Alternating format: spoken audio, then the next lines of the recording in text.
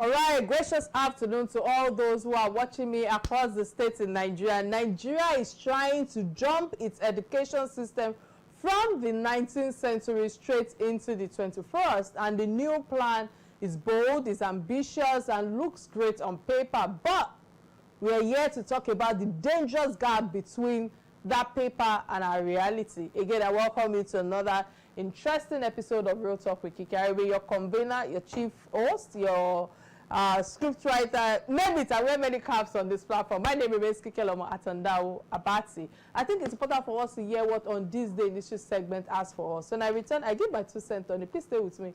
I'll be right back.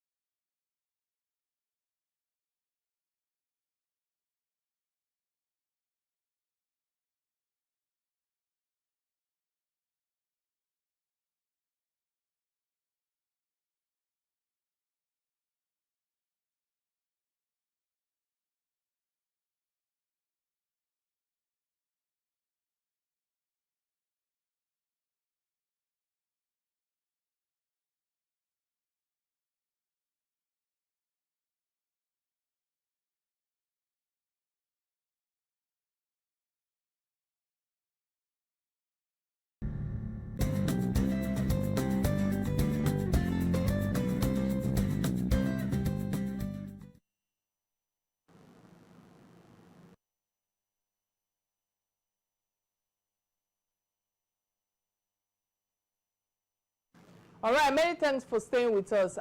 People don't learn from history is what On This Day Initial segment today is reminding me of, because when I look at the Matasini uprising, that reminds us of the devastating consequences of the religious, extremists, and the rejection of dialogue and peace, and this word, just also mean that the only one who, dems and refers to the cause of the speeches of against the Nigerian state. And I just feel like, when dialogue and peace, a lesson that I feel that is critical for relevant to Nigerians' ongoing security challenges, has continually become an issue today. How do we move forward is the question I'm asking. I think that's my takeaway from On This Day, this is segment today. I think it's important for us to get a message from my sponsors, those who have put me on this platform. When I return, we'll dive straight to the topic at hand. Please stay with me. I'll be right back. This is Real Talk with Kike.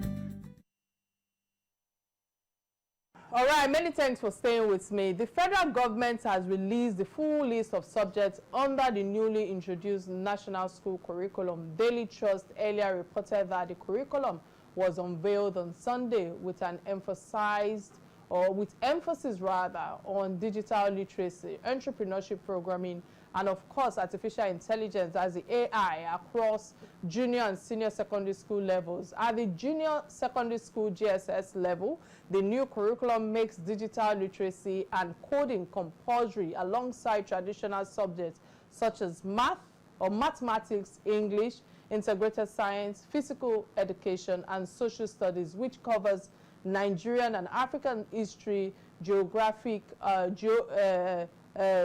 they call it again, civics, and economy, which is about trade, money, entrepreneurship, basic studies, and of course the global issue now is how do we move forward from the swiftness of the 19th century to the 21st century that they are trying to make the tutors, the students and the school are actually zooming into that. But on the live show today, I will be having Real Talk with my guest, who is a scholar and she's a stakeholder in Nigerian education, to know whether the nation is ready for this bold step in educational innovation, and of course, how can schools, tutors, and students, adapt to this technological shift, and Will Nigeria's workforce, truly benefit from the move in the global race for digital competitiveness is all the conversation I'll be bringing to forward today. But before I dive into Real Talk, I think it's important for me to play the profile of my guest, and you agree with me that she's the right fit to actually throw a lot of light on the topic at hand today. Please stay with me. I'll be right back.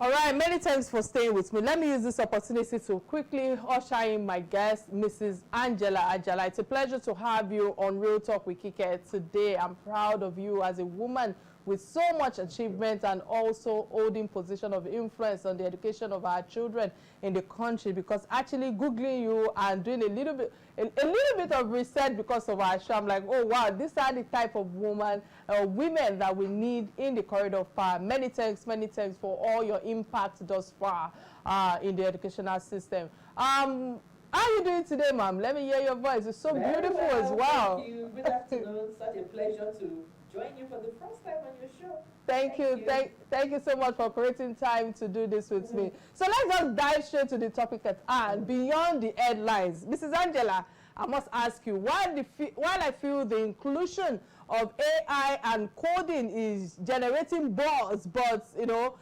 tutors, for those who are watching me right now, teachers are on the ground are already calling the curriculum too bulky. From your own analysis, from your own perspective, what are the one or two most critical structural flaws in this curriculum design that could undermine its goals right from the very get-go? How do we move forward from here, from 19th century curriculum, zooming into 21st century? What's your take on this? Thank you very much. There are challenges, definitely, and this is not going to be an easy transition. One, look at the infrastructural deficits and gaps we already have, even within the country. And I'm talking about gaps like electricity, gaps like access to the internet, gaps like modern laboratories that will house some of these digital elements, gaps like how we have done things for years and now trying to change the narrative. Changing mindset is a very difficult thing to do. And then gaps, which is major, like teacher readiness. How are the teachers ready to take on this? But you see, these gaps are not insurmountable. They are not insurmountable. And so we have to now take those gaps and begin to see what are the solutions that will, I don't want us to be pessimistic about this. I want us to see that whether we like it or not, we must join, the nations that are already globally advanced, the nations that their children are already digitally enabled and skilled. We must position our own children also to be able to play on the global stage. So we're not going to let the gaps and the challenges cover the good of what this is going to be. And so it is those gaps we're going to begin to look at now. because even those schools that are in the cities, they have electricity challenge, they have internet challenges. So the challenges are not peculiar, but they are just they are more of a risk for schools that are in the rural areas. And then teacher development, that has to, what they have done is not enough. That has to be quickly skilled up in a way that addresses what we're trying to say. So, if you want to scale up 1 million teachers online in the next 1 month, it can be done. You don't need to now physically begin to have venues and training and all that. These things can be done. So I want to encourage that the challenges are there, but they are surmountable, because we also need to look at the curriculum integration. So it's a different thing to want to put in digital skills to change the subjects and all that. It's another thing to integrate it in such a way that it is contextualized within the Nigerian situation, so that children can address real life problems they see and can proffer solutions. That's what we want to see. And that is what this curriculum is going to do. The curriculum is not overloaded. In fact, one of the main reasons behind it was to reduce it. In fact, when I spoke on Sunday, I said it that you have a primary one children doing 16 subjects. It's been taken down to 10 to 12. So there's been a drastic reduction to remove things that are repetitive in nature and to begin to infuse with those things that were not there. And at the same time, ensuring that it is very future focused in what we're looking at. This curriculum expects a teacher who may have never used a computer to now teach a subject like Pythons, I'm trying to understand how we want to move forward from here. But what does a realistic national-wide, teacher in terms of training and will I say reskilling program looks like for this all this curriculum to work? And have you also seen any concrete evidence, from the government that a plan of this scale and urgency can exist? Let's keep it real, ma'am. Great. And so we are hoping, every teacher in today's world must have basic digital literacy skills. That is a given. You cannot be in that profession and not be at the cutting edge of what the future looks like to the children you want to. So there's even the issue of even self-development just like people do, you self-develop yourself in the careers you are pursuing. That is an aside that should be done, but they will be skilled. Now, I'm aware that there's a massive skill out training that the government is rolling out. They've done some already. And, doing this at the federal level is a different thing. There are a lot of innovations like this going on at the state level. I'm aware that Enugu State has practically trained all its public teachers. I'm aware of that.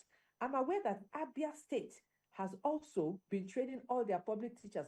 So there are things that are happening. Some of the governors have already gone ahead to begin to do this in the public space for their public. It's even the private sector that I might think has not really come together as one to say, look, this is what we're rolling out.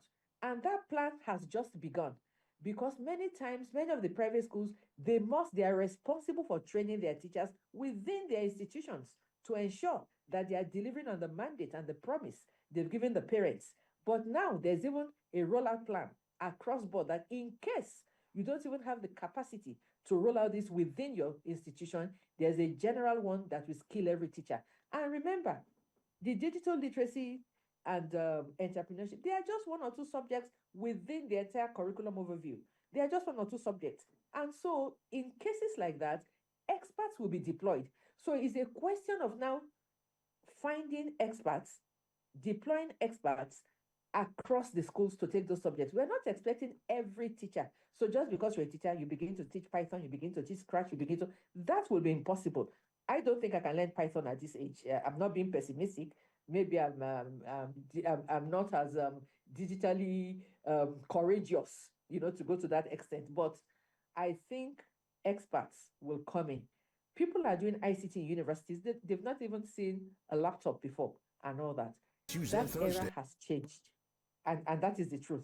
And so now, if you already have the foundations, even in computer engineering, in ICT and all that, those are the categories now that will be deployed, skilled up to take those subjects. They are subjects. In secondary school, for example, they are subject teachers. And it is the same thing that will happen. So it's not every teacher must be, but every teacher must have the basic digital literacy skills to engage in the profession that is a future-looking profession. That's my take on that. Right there, but your own work, focuses on the Sept communities in a school with no, constant electricity, let alone a computer lab or internet. Those are part of the research that I did on you before coming on air today. But I must ask you, how can this digital curriculum possibly be implemented? Because doesn't this not only highlight but actively widen the inequality, between the private and public school students? Because between that's my first question to you. My second question, because of my thought process right there, is because between teacher training, building computer labs, and providing software, this is arguably the most expensive curriculum in the Nigerian history, even from all that you have shared thus far. Given the chronic underfunding of education, where should this money come from is the question I'm asking. For quite a number of schools that they are still struggling with infrastructure, is this feasible without massive public-private partnership? And if so, how do we even ensure that they are effective, not just a PR stunt? Because we know in Nigeria today, we like all these razzmatazz and the likes and all of that, and after a while it's been swept under the carpet. How do we, what's your take on these two questions? Excellent. Equitable rollout is what we're looking at now. How can the rollout be equitable? And so this can only be done by strong partnerships, both public, both private. And from my own thoughts, from my own viewpoint, I would expect that at least youth corpers, the Nigerian Youth Service Scheme, that the youth corpers will be deployed. They're already deployed to many of these, and many of them are normally deployed into schools. And so I'm hoping that this is part of the deployment that will be happen. Youth corpers will be deployed, in the gap. Many of them already anyway tech savvy. So it's a question of, while they're on camp, to take a robust back-to-back 2 weeks training on what they'll be deploying when they get to the schools and how they'll be handling this. So that is that. Because there needs to be a massive investment in infrastructure and in training. If that does not happen, if there is no planned funding for that, then it's going to be another policy on paper without action. That will be what this will now turn to. So we're expecting to see that. And like I said, some governors have started and they are recording successes already in what they have done. And I think other governors also have such plans that they're going to, like I said, education is on the concurrent list. And so every governor will have to. So it's not as if the federal government is responsible for every teacher in Nigeria. And so this will be massive. So it's going to take these partnerships with companies like Microsoft, like Google, like Intel, and all that. Partnerships with the governors themselves to say, look, how do we support you? How do we make this feasible for you? What are the things we need to deploy to the rural schools to give them? Because equitable rollout is very important in this case, so that no child is left behind. I'm not saying every child might not be carried along in the beginning, but at least we can look at the challenges that are within the various rural communities. And like I said, so if light and internet access is a challenge, anything we're deploying in those places must be solar-based, so that with solar-based, they have 24/7 access and those things can happen. And then we begin to scale up the teachers. So you can imagine if we scale up 50,000 teachers this year across the state, another year, in 2-3 years, we'll have a skilled workforce in the education system that can tackle the curriculum and can make it effective. So starting now will be it. If in the 3 years that the success will begin to be very resounding, we want to start, we're still going to go through this teaching challenge. We're still going to go through this teaching problems, because success is going to depend on the strong PPP, public-private partnership, is going to depend on massive investments in infrastructure, in teacher training, is going to depend on using solar-powered labs, ensuring that rural schools, nobody is left behind, because this is a transformative policy step. And it is a policy step that we should all be ready to key in. Those challenges, we are going to meet them, because I don't think that at the federal level, they are training everybody. But with support, with the governors at the state levels, there are things that can be deployed. If they have the political will and they believe that this is truly the way forward, then this can happen. It will take time, but it can happen. I believe that. Again, let me ask you this question before we go on a quick break.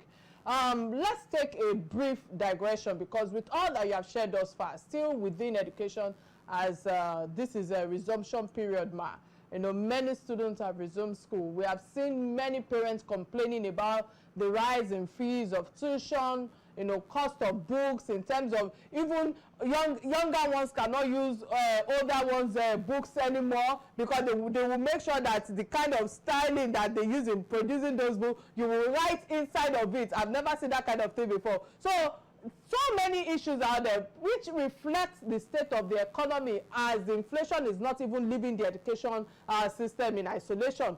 Ma'am, I must ask you, what is the way forward for parents, as we remember that the popular quotes, from former President Obasanjo, that says that whoever thinks education is expensive should try ignorance or literacy. What's your take on this, quickly? I think the economy has reset everybody's mentality. And I think schools are very cautious of charging frivolous fees. Schools are also subject to the inflation. Schools are subject to the same inflationary trends and forces that are affecting everybody, just as parents are also subject to it. And so I believe that schools are being very careful. They are being very understanding in ensuring that whatever is charged makes sense and the value is clear for everybody to see, because gone are the days when parents just pay fees. They ask questions now. Questions, why am I paying this? What is this for? And if it is not satisfactory, and if they are not getting the value they are getting, they move. Those are the issues. And I give you an example. Last year, we felt the cost of publishing was getting out of hand. And so we said, we can't tell parents to buy, these books are too expensive.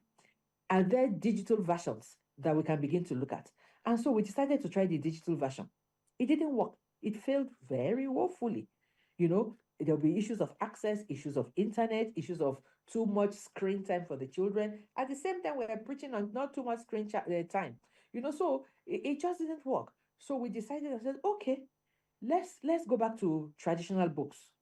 And so we went back to traditional books and we said, look at the list we have per class, and this is what it's going to cost. We'll get them for you, but you can also have the option of getting them cheaper. And if a sibling is coming, is this the same books they're going to use? Of course, they can use it. If there's not any change, like is not policy as such, because really the changes that happen, they don't affect the content mainly of the things you even teach. What you will teach in mathematics in primary one, the content will be the content, whichever book you are using. You only add to it to make it more valuable to the child. So schools are very careful now, and those things are being carefully looked at. So that, because what parents do now is what they call wallet share. If they come to your school, they don't ask you, what do you offer? How are you different? What's your niche? What's the profile of a graduate from this school? Which are some of the things we are very particular about.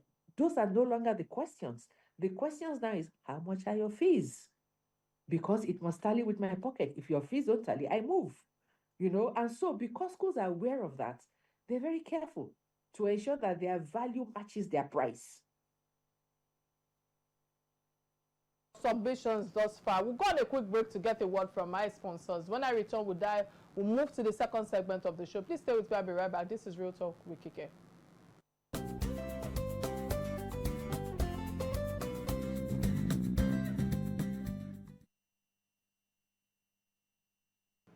All right, glad to know you're still right there with us. Welcome back to Real Talk with Kike, where the conversation are always real, engaging, and impactful. If you are just joining me today or joining us today, we've been having an enlightening discussion on the inclusion of robotics and artificial intelligence in Nigeria's education curriculum. And of course, the bold step by the federal government is, raising an important question: are our schools rather ready? Do we have the teachers or the tutors?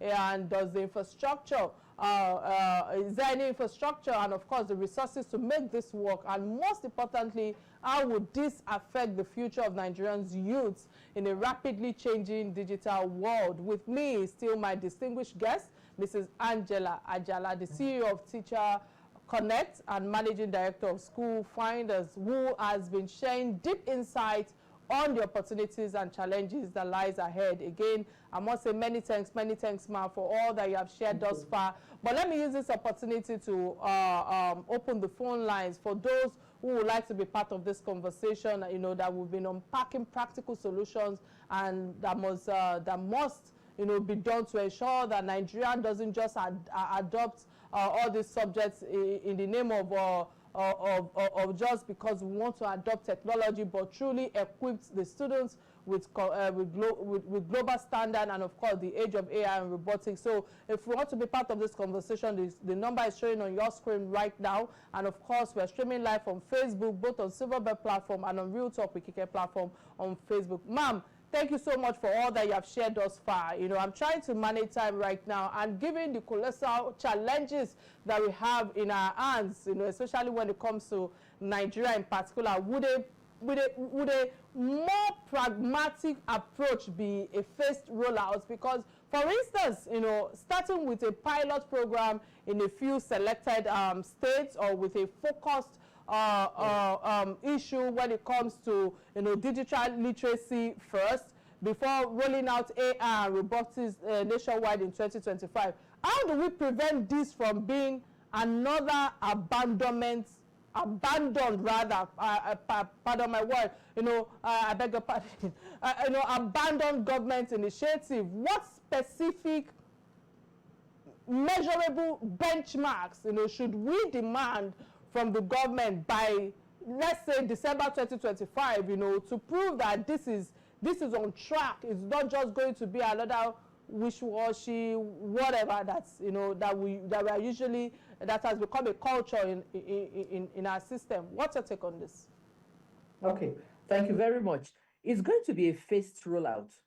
I'm aware that part of the discussions was that let's take the first class of each section. So in the primary section, primary 1. In the junior secondary, GSS 1. In the senior secondary, SS 1. Those are the 3 classes alone first that will experience this new curriculum. It's not going to go across all. It's going to take the next 3 to 4, 5 years. It is phased and phased and phased till there's a complete buy-in and everybody is on board. Sustainability is very key, like you have said. If not, we're going to have the issue of the risk of paper policy. If the things that are necessary are not there, then this is just going to be another paper policy where they will say, oh, every school must be equipped with computers. Nobody buys the computers, nobody says anything to anything, and it's just regular government talk. So this time around, facing it will give them time to be able to see the challenges, have a very robust monitoring and evaluation framework, have a feedback system that shows what are the numbers. So how many teachers do we need to deliver these subjects across the country? Engage with the governors per state. How many public schools do you have? How many teachers will be needed to make sure these subjects thrive? How do we begin to train? For primary 1, for GS1, for SS1 is the beginning. And that is why having a basic digital literacy understanding for every teacher in Nigeria is the way forward. There are certain things you will start with even before the experts will now begin to go to the level of Python and Scratch and Java and all that language. So sustainability plan is important to hold the government accountable to say, look, are we going to see 100,000 experts trained to do this in the next 2-3 years when the second and the third phase will be opening? By the end of this academic year, when you have done primary one, GS1, and SS1, what are the benchmarks? What are the key performance indicators we should be looking at? They should share that with us so that we can hold them accountable and begin to challenge and begin to ensure that there's somebody that is speaking to say, look, it looks as if you are drawing back or you are doing well, and we begin to praise. That will be important to be part of what we should be demanding. Right. Many thanks again for that insight right there. This will be my last question to you before we move to the last segment of the show. Keeping it real, some critics argue that the priority should be getting the basic academic right first, making sure that children can read and write at grade level, and that schools have functional libraries and laboratories before introducing advanced topics like AI, robotics. Is this curriculum putting the cart before the horse, ma'am? Or do you think that this digital leap an essential, I don't know now, I don't know the word to use for fixing those basics academics in just reading and writing in the 21st century? What's your take on this quickly? This is my last question to you before we move to the last segment of the show. This is the changing face of literacy. Foundational literacy and numeracy is the basic. That's the basis for any child in Nigeria. A child who cannot read is locked out of yesterday's world. A child who cannot code cannot be part of tomorrow's world. So there has to be a fusion that the child can read and he can code, because we're not only looking at yesterday's world, we are looking at tomorrow's world for our children. And so tomorrow's world is for a child that can code. Yesterday's world was for a child that can read. If there are gaps in our foundational literacy and numeracy skills, those gaps will be addressed along the way, because if you cannot read and write, you can't even code. You can't even understand what is being said. And that is why a clear sustainability framework must be shared. Government is just not, they're not used to sharing things with public, especially when it comes to things on accountability, to say, look, these are the things, but we should be the ones demanding it, especially now that there's a public-private partnership in place. We should be able to say, look, these are the things that people want to see, and these are the ways we can achieve it. If you fall back on it, we should be able to hold you accountable. You promised to train 20,000 teachers. Why have we trained 5? Why have we trained 10? How do we go with this? If this is going to be one of the things that will change the nation's human capital base, then this is something that we'll have to take more seriously than we're doing now.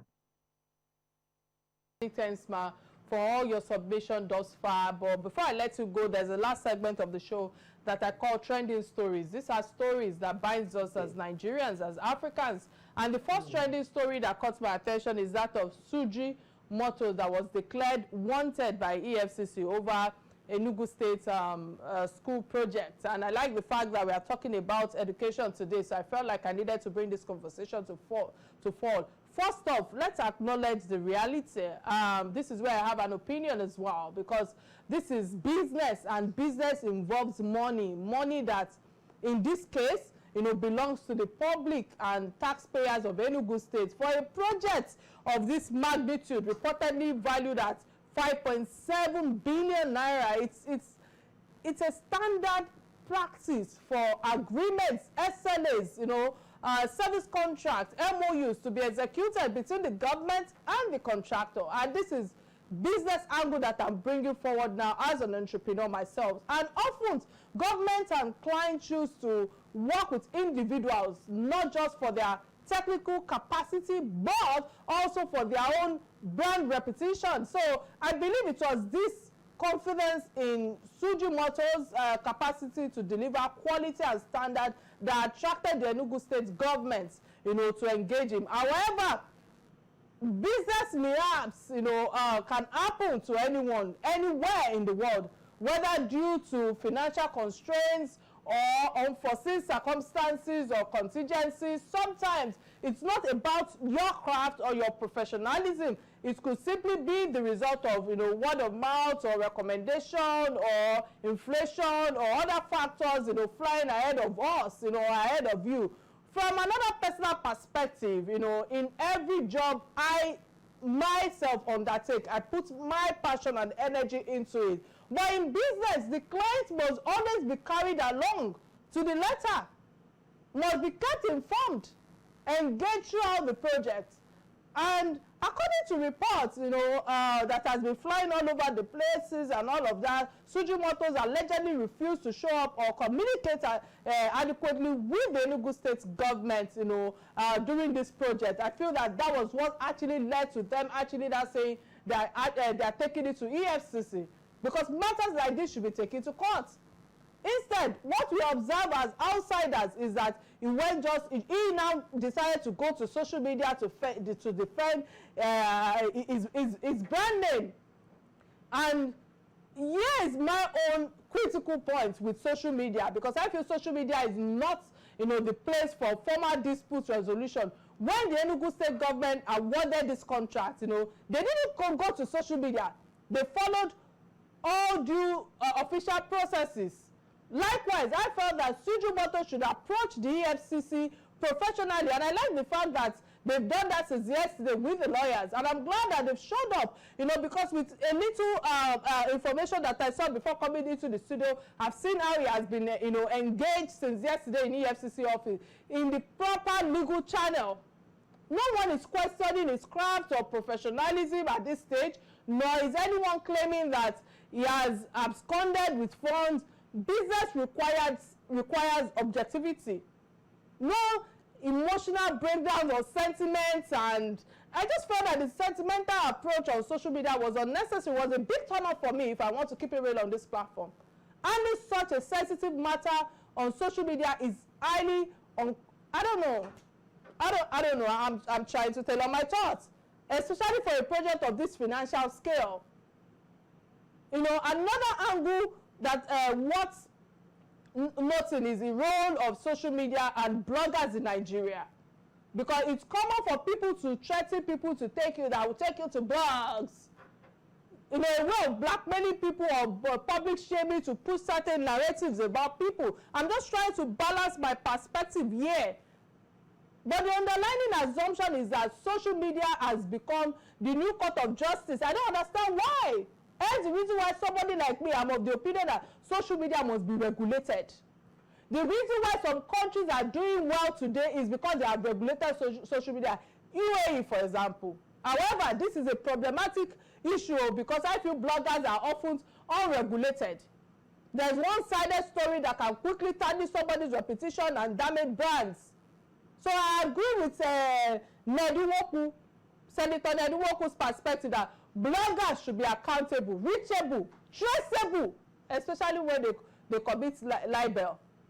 People must have an office. We must know where they are operating from, not from the four corners of their rooms.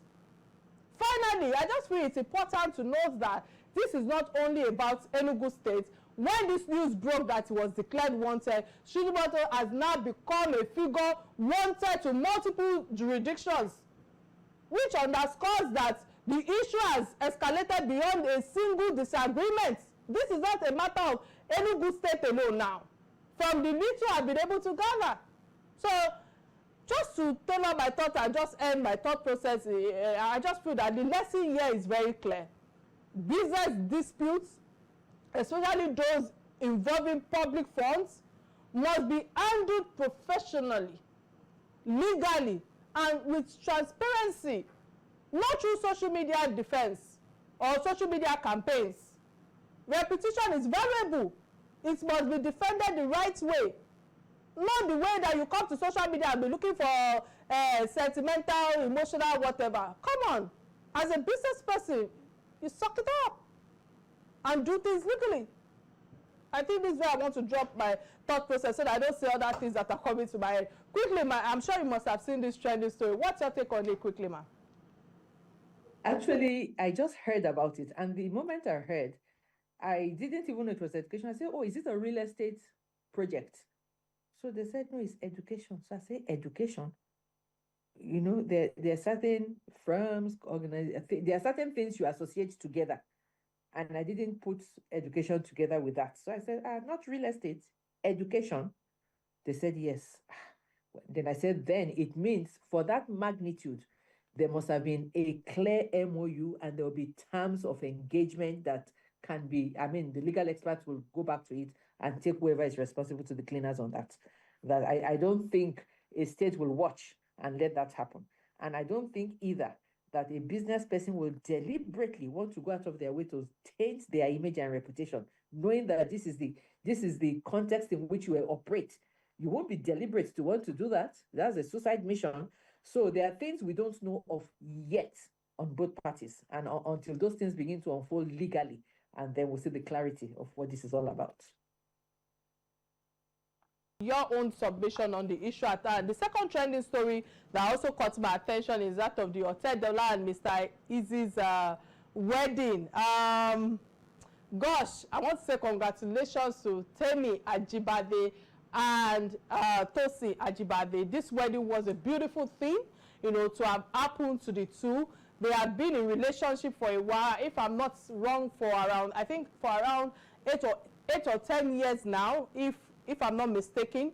You know, the fact that they chose to tie the knots together, I'm so happy for them. I'm happy for their union. I just want to address public reactions to this wedding to educate our society, because the debate around Temi Atanda-Owo and Mr. Easy, you know, there are so many controversies and perspective to it, you know, that are coming from different angles, and some people seem to be taking unnecessary issues with it. So, for instance, you know, when a father, Femi Atanda-Owo, referred to her husband as a boss, you know, many quickly, you know, turned it into a controversy as a feminist, the cry of the house, and why would the father say that after all the education that he has given the daughter? Guys, the husband is the crown of the house.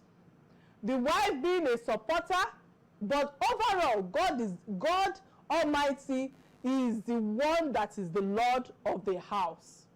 He is the crown of the house, to whom the husband must respect and, you know, obey to. But really, must everything just become societal business? If the couple chose to celebrate their love across 3 continents, everybody's talking about monarchs, Dubai, all sorts, you know, dropping a father's name is no big deal. Some people are saying also, after all, Atanda-Owo's children have long proven that they are building their own names and brands, independent of their father's wealth, their father's access or name. If they were relying solely on his name, they would have been chasing government contracts in Abuja or struggling for political relevance by now. We know how people who have been in the corridor of power, who have access or who are wealthy, are always in the corridor of power in Abuja just for contracts. So the real point here is that people are adding, you know, giving unnecessary opinions, trying to box everyone into one standard. What works for Mr. A may not work for Mr. B. Everyone has their own values, and each decision is valid in their own way. Those who chose to retain their father's name after marriage are right, just as those who take their husband's name after marriage are right. Personally, let me use myself as an example, because I feel that many times, you know, I must actually balance things from my own lenses. I, Atanda-Owo, have built my brand name before marriage. A man's name can be added or might not. It won't take away anything from my identity. But I still chose to use my partner's name as a reflection of respect for the institution of marriage outside my brand, RealTalkWithKike or ZH Holdings. That's personal choice. There's no buzz about it. Another debate has also been put out there in terms of the use of foreign vendors and designers at the wedding. Some feel Nigerian creative were sidelined.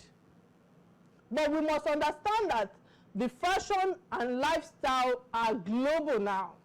Our local designers should take a cue from it, should see this as a challenge to expand, diversify, and adapt their craft for the international market.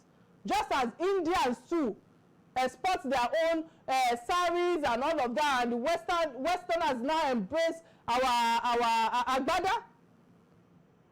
You know, I also understand, and I saw that some of the vendors that people are saying that they never use any Nigerian vendors, their lager, who is Shoko Yokoto, was the one that did the function. I saw TA as well, a renowned Nigerian MC. He was present at the wedding. He anchored the wedding, showing that our talent still holds its ground in international platform. Lisa Folariyo who is a top designer in Nigeria, made 2 of the outfits, but modernize it into what they want. So I just feel that the couples, the white wedding was just an intimate one that I feel that that's how marriage should be done, with fewer people, no more than 100 people from the people that we saw from the first and the second engagement. The third one in Monarch said it was just it was just the couple and 1 representative each. Simple, classy, and private. I honestly don't understand how weddings in Nigeria became a carnival. The endless comparison between Mr. Easy, Davido, Yabo Ojo's daughter, all the are just social media noise. Weddings are deeply personal. And to me, I just feel that the intimacy makes them even more beautiful. In my younger years, during my first past union, I did a loud wedding. I wouldn't do that again. So we must unlearn certain things and also help our parents to tame down their urges. Because sometimes parents are the cause of all these things. Or even sometimes the children to want to show that I'm from a so-so-so family, I want to make noise. After a few years, you see that the marriage has crashed. So I just feel that, these are all the cues that we must unlearn certain habits, and I want to use this medium to just appreciate the wisdom of keeping such moments sacred and private. I like what Alhaji Aliko Dangote also once said. He advised them, stay away from too many friends. Most friends are unnecessary in marriages. More often than not, they cause more harm than good. I'm talking from a place of experience. The best relationships and marriages are those who their strength remains within the 4 walls of the home. That was what Alhaji Aliko Dangote emphasized on. So I just feel that, all this comparison is unnecessary. It just depends on personalities. It depends on, individuals, how they want to do it. It doesn't mean that money will not be spent. If you call 20 people to the back of your backyard, you will still spend money. So, anyways, I just wish Temi and Mr. Easy the very best. May their marriage remain filled with love, with wisdom, and of course with grace and fulfillment on every front of their lives. Quickly, Ma, what's your take on this? I loved it. Congratulations to both Temi and Tosin, and congratulations to their parents. In the typical Nigerian context of for what Femi Otedola stands for and for what Mr. Easy stands for, everybody expected the typical Nigerian wedding with all the holaba, all the noise and everything. For making it intimate, not more than 100 guests, and going around those 3 countries, this is their wedding. This was their dream. This was how they wanted to do it. And I love the fact that they didn't listen to anything. They planned and they did it the way they wanted to. I respect them for that. And even the countries, the only thing I would like to throw in, I remember Aliko saying when they want to do the naming, Miami or Florida, can I just ask that we do Tahiti or Belize? Let's take somewhere different, Kike, we should go together for that naming ceremony. We should be there. I will be there. Thank you so much, Ma, for lending your voice on the trending story that affects us all. Indeed, we had an awesome show, courtesy my resourceful and beautiful guest, Mrs. Ajala. Many thanks. She is the CEO of Teachers Connect and Managing Director of School Finders. Many thanks again, Ma, for creating time. Thank you very much to do this with me. I wish you the very best as you continue to, impact the world of life. My name remains Kikelomo Atanda-Owo about it. Till I come your way on Thursday, please catch me at Inspiration FM at 5 p.m. tomorrow. Your drive time talk show. Bye now. Remain safe.